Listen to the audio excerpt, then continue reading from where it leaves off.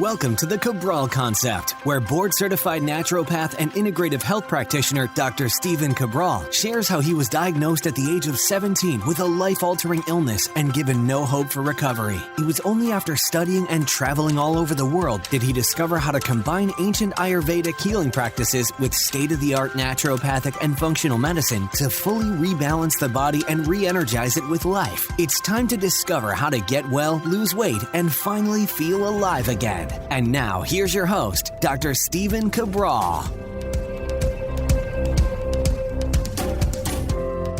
Hi, everyone, and welcome back to the show. We are here today with episode 1601, and right off the bat, I want to share with you today's episode number, so you can go right over to stephencabral.com/1601, and the reason why I'm saying that today is that over on that page, I'm actually going to link up previous podcasts that I've done that will be relevant to today's information. So today's show topic on our Wellness and Weight Loss Wednesday is the question, does a high-fat diet cause cancer? That's what we're going to be exploring today. Because on a previous podcast, which I would love you to check out, was the question of, does a high-protein diet cause cancer? And you can check out that information on the previous podcast, and I will link that up since I don't have it right in front of me at stephencabral.com/1601. Of course, all of the shows every single day are completely free and are hoping to just move you forward towards all of your wellness, weight loss, and anti-aging based goals. Remember, all of that starts with knowledge. As you begin to accumulate this knowledge of how to bring together essentially 7 different disciplines of natural health and medicine, that is how you begin to find your answers. So today's question is important because we have a lot of people on lower carb, higher fat diets. And so I want to be unbiased. I always want to be unbiased with all the information that I'm giving you. And I want to say, do these diets lead to a greater percentage of cancer? And why does that matter? Well, about 1 in 3 people will get cancer in their lifetime. I don't want one of those 3 people to be you. That's the goal. Those people that are learning more, that are trying harder, I want to make sure that you're doing your best to stay cancer-free. Yeah, it's a bit of a wild card because of all the toxins that we're exposed to, all the things that happened maybe earlier in life. However, we always have to just say, well, we did our best. We did our best. And even if you get cancer, it is not necessarily a death-based sentence. And I say that because it is serious. But that does not mean that you're not able to overcome it as well. We work with a lot of people in cancer-based support. No treatments, nothing like that. We're not curing cancer. We're not treating disease, right? We're not doing diagnosis of it. We're not doing that. What we're doing is we're supporting people, supporting those liver detox pathways, supporting their vitamin minerals, supporting their gut. All of those different things are vitally important, without a doubt. And they're going to increase your overall health in your body. Okay, let's begin to explore the question. Do these higher fat diets leave you more susceptible to cancer? And I think you're going to find the answer quite interesting because there's 2 parts to it, and we don't really expect the second part. So the first part is this, just straight up, when we increase the amount of fat in our diet based on the total calories we're taking in, does that increase cancer? So an example would be this. Let's say you're on a high-fat diet, 70% fat, 80% fat from your diet. That means you're on, let's say, 2,000 calories a day, just because it's easy math, and 1,400 to 1,600 calories of that, 70 to 80%, all come from fat.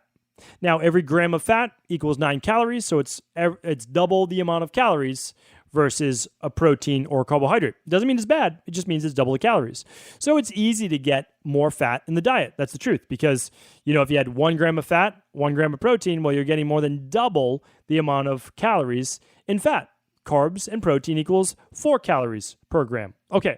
So now that we're looking at that, we say, all of that fat, what's it doing just for cancer? We're not talking about cell membrane health. We're not talking about the gut. I've answered those questions before on what a low-carb diet does to the gut microbiome.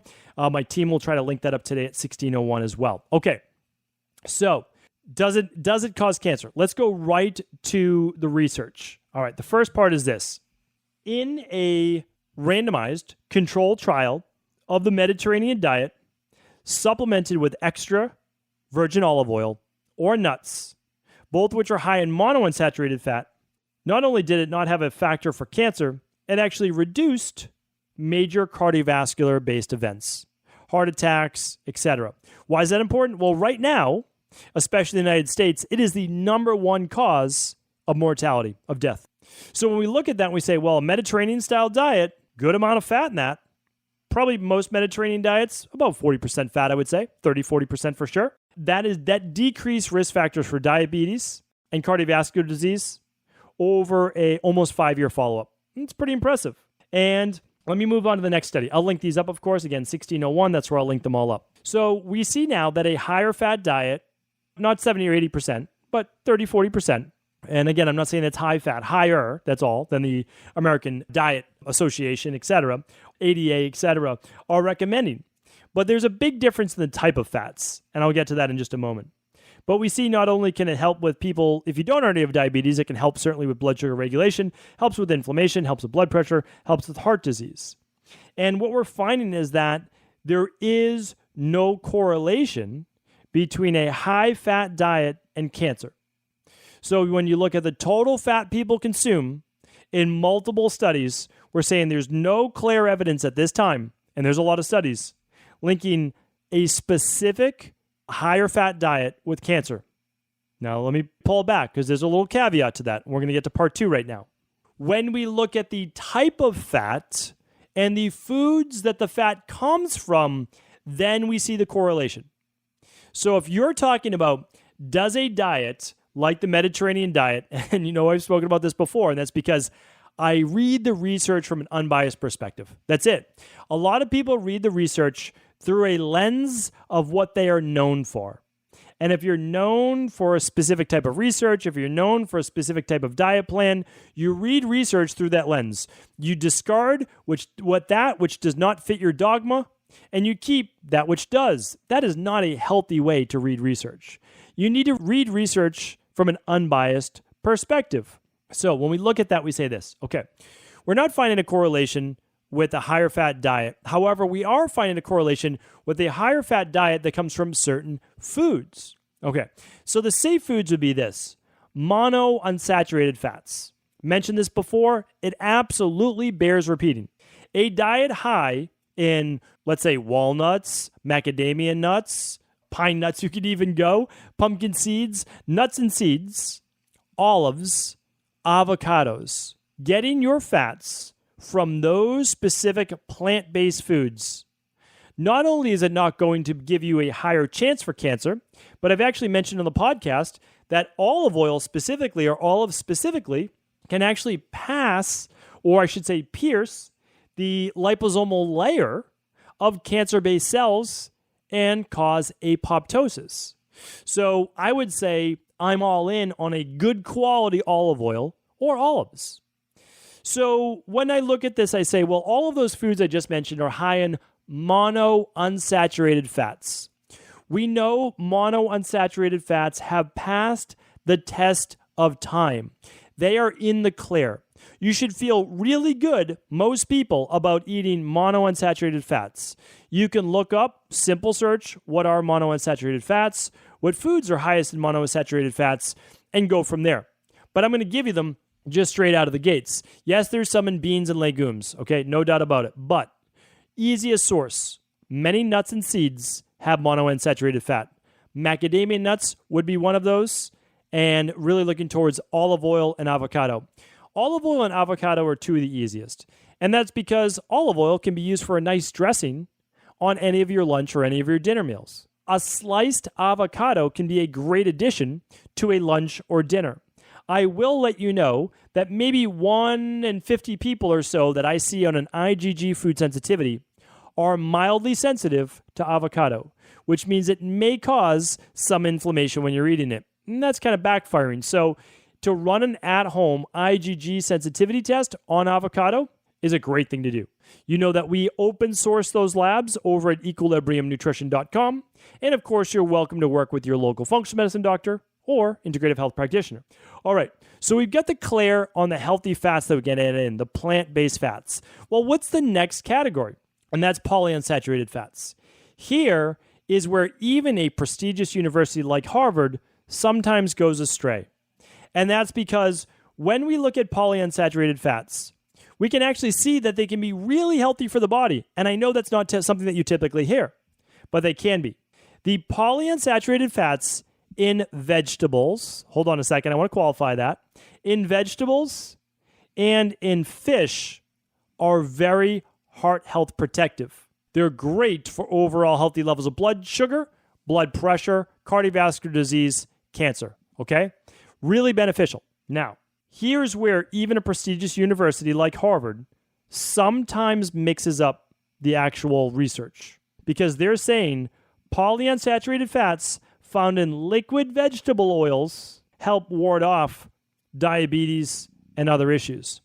I want to tell you this, that when you take a vegetable oil, let's say soy or let's say corn, etc., and you turn it into an oil, the process that it undergoes makes it highly oxidative. That means it creates inflammation in the body when heated. If you are cooking with vegetable oil right now, if you are heating up canola oil, it is not the way to go. Now, if you were to add some cold processed vegetable oil from a dark bottle into a food or recipe, not the end of the world. When you heat it up, it becomes oxidized. When you don't use a cold process, it becomes oxidized. Believe me when I tell you that all the restaurants that you're going to, all these different places, they're heating it up. Okay? So yes, in Ayurveda, they use safflower oil, they use sunflower oil, they use sesame oil, polyunsaturated fats. But the thing is this, they are not heating them on high heat. They never do that. Again, I've spent a lot of time in India. I spent time in Sri Lanka, about 5 weeks or so there. Every day. I mean, no breaks. Every single day at the clinic. Ate, slept, and breathed Ayurveda at this Sri Lanka-based clinic. I didn't do anything else. It was at least 80-hour weeks. I mean, I loved it. That's what I was there for. And I just interned and met with patients there that they had and just worked, right? And I loved it and I learned a lot. And I saw how they cook. Slow cooked, low heat, never any burning, not oxidation, mixed with antioxidants like spices such as ginger, cumin, all sorts of great spices, right? So protective. But we are not seeing that in stores today. And that's why I don't recommend it unless you can trust the source, okay? Much better to add the olive oil or add the oils afterwards. It's just so much better than cooking with them. It really is. Olive oil is monounsaturated, but again, these other ones as well. And the worst ones are the margarines, or I don't want to call any brand names. I don't call people out. I don't start, arguments online. But if you see a vegetable oil and it's a solid, that's the worst.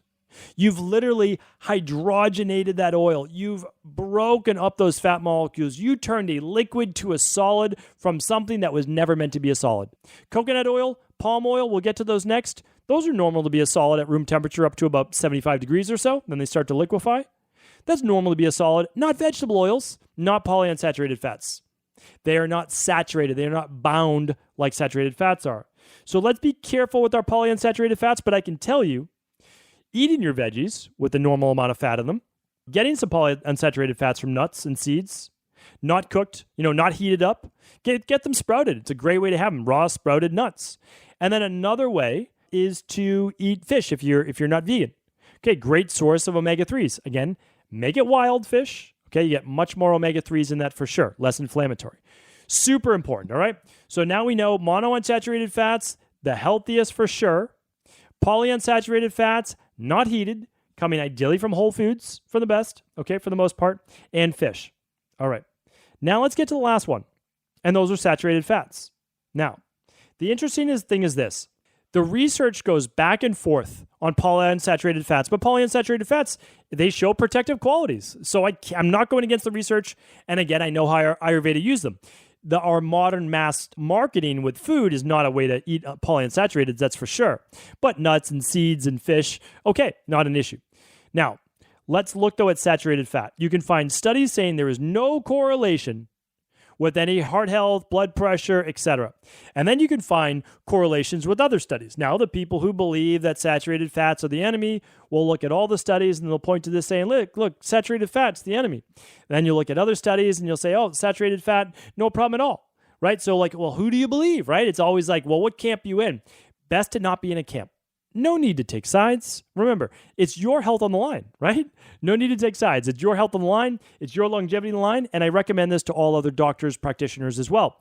If you're talking on the subject, just stay unbiased. That's it. Just talk about what the actual truth is that you've seen in clinical practice, as well as what the research says. Okay, here's where it starts to get suspect. We see from multiple cancer-based organizations pointing to multiple studies that saturated fat is not an issue to a certain point. And then it seems to be an issue. Now, nobody can tell you the exact amount of grams for you. They can't, right? It's not possible to tell you how many grams of saturated fat you can have per day. The American Cancer Society, again, I'm not saying believe everything they say. I'm not saying that at all. 13 grams of saturated fat per day. About 5 to 6% of your calories. That's what they're saying. They're not saying total fat. They're saying saturated fat. It's interesting to look at it, and I wouldn't say that you can go by 13 grams. When you look at 13 grams of saturated fat per day, I'm going to give you the breakdown in just a second. It's not a bad number when you look at it. I'm not saying that it is, but it's not going to apply to a lot of people. But it will apply to some, and that's the interesting thing. And that's why health coaches and doctors have to be careful, because you don't know who you're giving this information to. We're about a million downloads a month on the Cabral concept. I couldn't be more grateful for our community. Couldn't be more grateful for this position and this privilege in order to be able to serve on a daily basis. Couldn't be more grateful. But I know there comes a responsibility with this. And I know that I have to be responsible for the information that I share. And so I can't just say, try out this keto-based diet that's based on pork rinds and bacon and all these different things. Why? Loaded with saturated fat. Will it help someone lose weight in the short term? Absolutely. And if I was after strictly short-term gains for people, that's the way to be. But I'm not. I want to help people win in the short term, but also in the long term. And you have to be careful with these things. Because if you are an ApoE genotype with an allele of a 4-4, or even a 3-4, or potentially a 2-4, although the two seem to cancel each other out, you have to be a little bit more careful, especially with saturated fats, especially with oxidized fat, oxidized polyunsaturated fats. It does matter. It absolutely does matter. Because we're finding right now that some people simply can't process it like others. And how many? 22 to 26% of the population. That is not a small number. 22 to 26% of the population, let's make it a little bit easier to look at that. Every 1 out of 4 people you know is not able to process saturated fat to that level. How do you know if you're one of those people? Tough to tell, but I work with a lot of people with cholesterol-based issues, and it is based on saturated fat. Now, again, people will get mad at me saying that because they're in the camp saying saturated fat doesn't affect cholesterol. Well, it does in some people. Not everyone, probably about 1 in 4, right? Not a small amount of the population, though. So if you say it doesn't affect all people, you'll actually be right the majority of the time. You'll actually be right saying that it does not affect most people's cholesterol. You'll be right about 75% of the time, right? So good, you get that, but you're hurting 25% of the people. So that's why we want to qualify what we say. Have people run their labs. Find out what their ApoE genotype is. Look for predisposition in family. If everyone in your family is having issues with, of course, you want to look at processed food, but if you go back 3 generations, when we weren't eating processed foods and everybody had these same issues, maybe time to be careful, a little bit more careful. Now, the nice thing is this. Well, let me give you a little bit of breakdown on saturated fat, though. They're finding this, and I want to qualify this. The saturated fat and the fats in general that lead to cancer a lot of times don't seem to be the fat, but the actual intake of meat, especially red meat, whole fat dairy, as well as, and mainly, processed meat. So now all of those people who are eating game meat like elk and venison and other forms, okay, less inflammatory, way less fat, right? It is the problem that we are going to, now people make that out to be the ordinary. That's not the ordinary. The ordinary is going to McDonald's, Wendy's, Burger King, all of these burger joints, right? And they're not getting grass-fed meat, okay? So I just want to qualify that. The majority of the world is not eating grass-fed meat. You can order grass-fed beef, and you can order venison and elk and these things right now, and the omega-3 profile is like a 3-to-1 from omega-6s to omega-3s. And at best, it could be a 1-to-1. So you're getting a high omega-3 based food because it costs more. So majority of the population is not going to be able to afford it. It's coming from well-raised, grass-fed animals or wild animals in nature. But most people don't do that, okay? So I want to qualify that. The second is that it's not as easy as you may think to get 13 grams of saturated fat per day. So I want to kind of put people's minds at ease. But let's take it serious. Let's look at this. One egg has 1.6 grams of saturated fat. So most people, I think, would have 2 eggs at a time. That's about 3 grams of saturated fat, okay? Now, you get a nice pastured egg, you're going to get some omega-3s in that. It's going to make it a little less inflammatory. That's a great thing. But eggs in general can be inflammatory. And again, I know people don't like me saying that, but it's nonetheless the truth. Okay, it's also one of the major food sensitivities. So that's why run that at-home food sensitivity test. You can run it, again, anywhere you want, or we open source them right at Equilibrium Nutrition, and you're welcome to do that. Okay, now beef, okay? It doesn't dramatically differ unless you get these lean cuts of beef. But let's look at this. Average 6-ounce serving. It's not a big piece. It's about the size of your palm. And that's 10 grams of saturated fat. So right away, just beef for the day, 10 grams. You're almost at that 13. And if you have a 9-ounce piece, which I know a lot of people do, that's 15 grams of saturated fat. So now you're already over that 13-gram limit. I'm not saying that it's the line in the sand. I'm just looking at the mark right now that multiple organizations believe probably really shouldn't go over it. Now, let's say you're eating 3,000 calories per day. Well, it becomes less of your diet, right? So you can actually go probably a little bit higher. So it depends on the amount of calories that you're eating per day. You're on a 1,400 calorie a day diet and you're eating 15, 20 grams of saturated fat, probably a bit much. If we're erring on the side of caution, it may never cause you harm, but how do you know? That's why when it comes to the people in my family, when it comes to the people in my practice, when it comes to our community, I want to do right by you. I don't want to err on the side of caution. And it's because it's easy to. That's why.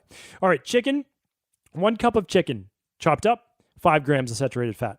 2 cups chopped up, 10 grams. Not dramatically less than beef when you look at it, right? That's why if you look at regular chicken and you get some grass-fed beef or some elk or some venison, it's actually less than chicken, believe it or not. Less than chicken. And then when we look at fish, like let's take a salmon, which is a nice fatty fish.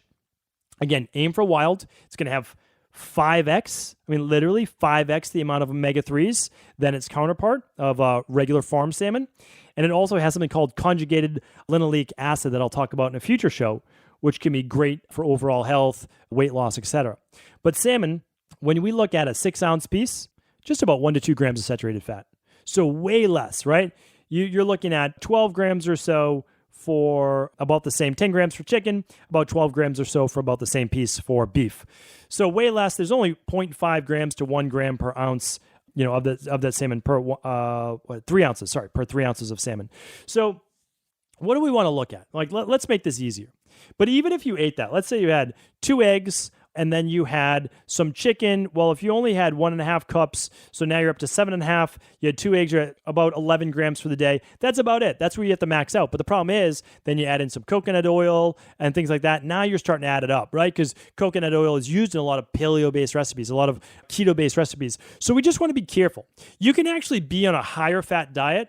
Just make those fats from monounsaturated fats. That's the ideal. Olive oils, some nuts and seeds. We're looking at avocados. Those are our main types. You're going to be so much better off. You really are, because you're erring on the side of caution. So I urge all of those people out there doing more keto or higher fat diets, lower carb diets, err on the side of caution because you don't know. And it's easy enough to get your fat from olive oil and to get it from olives and to get it from an avocado. You take a whole avocado for the day, you can get 20 grams of good solid fat from that, depending on the size of the avocado. So you can get a lot of good calories from monounsaturated fats. You can eat macadamia nuts. You can get these great, like I said, nuts and seeds. Walnuts is a nice high omega-3 profile. Not super high on monos, but they do. And then there's some polyunsaturated fat, which we know if we don't cook them, if we don't heat it at a high temperature, that's great for our health as well. So what I'm saying is this. We're not making a direct correlation from fat to cancer, but we are making a correlation from eating a lot of processed meats or high inflammatory meats and cancer. We know that it can lead to breast cancer. We know that it can lead to prostate cancer. We know that it can lead to colon cancer. So I'll link up the articles for you today and previous podcast at stephencabral.com/1601. We'll link up the previous podcast on the mounting evidence against meat. We'll link up one on the Mediterranean diet. We'll link up a bunch of shows for you right there. So hopefully today's show was helpful. Again, always trying to look out for your best interest. I honestly am. I know a responsibility. I know that it's important that I do my research first. I know it's going to make some people in the health field upset. I'm not trying to make anybody upset. What I'm trying to do is try to raise the bar for all of us so that we're not putting our own goals first. We're putting the goals of those that we serve first. So hopefully this was helpful. Thanks so much for tuning in. Please do feel free to share the show with anyone you believe it could serve. Before you go, I wanted to share a personal story with you. The real reason I began to get well finally is because I figured out what was wrong with me. And that might seem pretty obvious, but I went from doctor to doctor for over 2 years before discovering at-home functional medicine lab testing. These are the labs that enabled me to finally figure out what was wrong with my hormones, blood sugar, electrolytes, and gut health. And once I knew what was wrong, I could then follow a proven plan in order to rebalance my body from the inside out. This is why I believe so strongly in functional medicine lab testing and why I've made it my mission to share these labs with the world. Now at equa.life, you can order an at-home lab test or lab bundle for you and your family and be able to complete it within the week. Plus, the EquaLife difference is that you're not left to try to read and figure out these labs on your own. We explain what your lab numbers mean, what they mean in the much bigger picture, and then how to go about rebalancing your body in order to heal. To see our full selection of lab tests, or to set up a free lab selection call to find out what labs may be best for you, simply head on over to equa.life/labs. And do remember, we ship these all over the world. To find out more and to set up your free lab selection call, simply head on over to equa.life/labs. That's EQUI.LIFE/labs.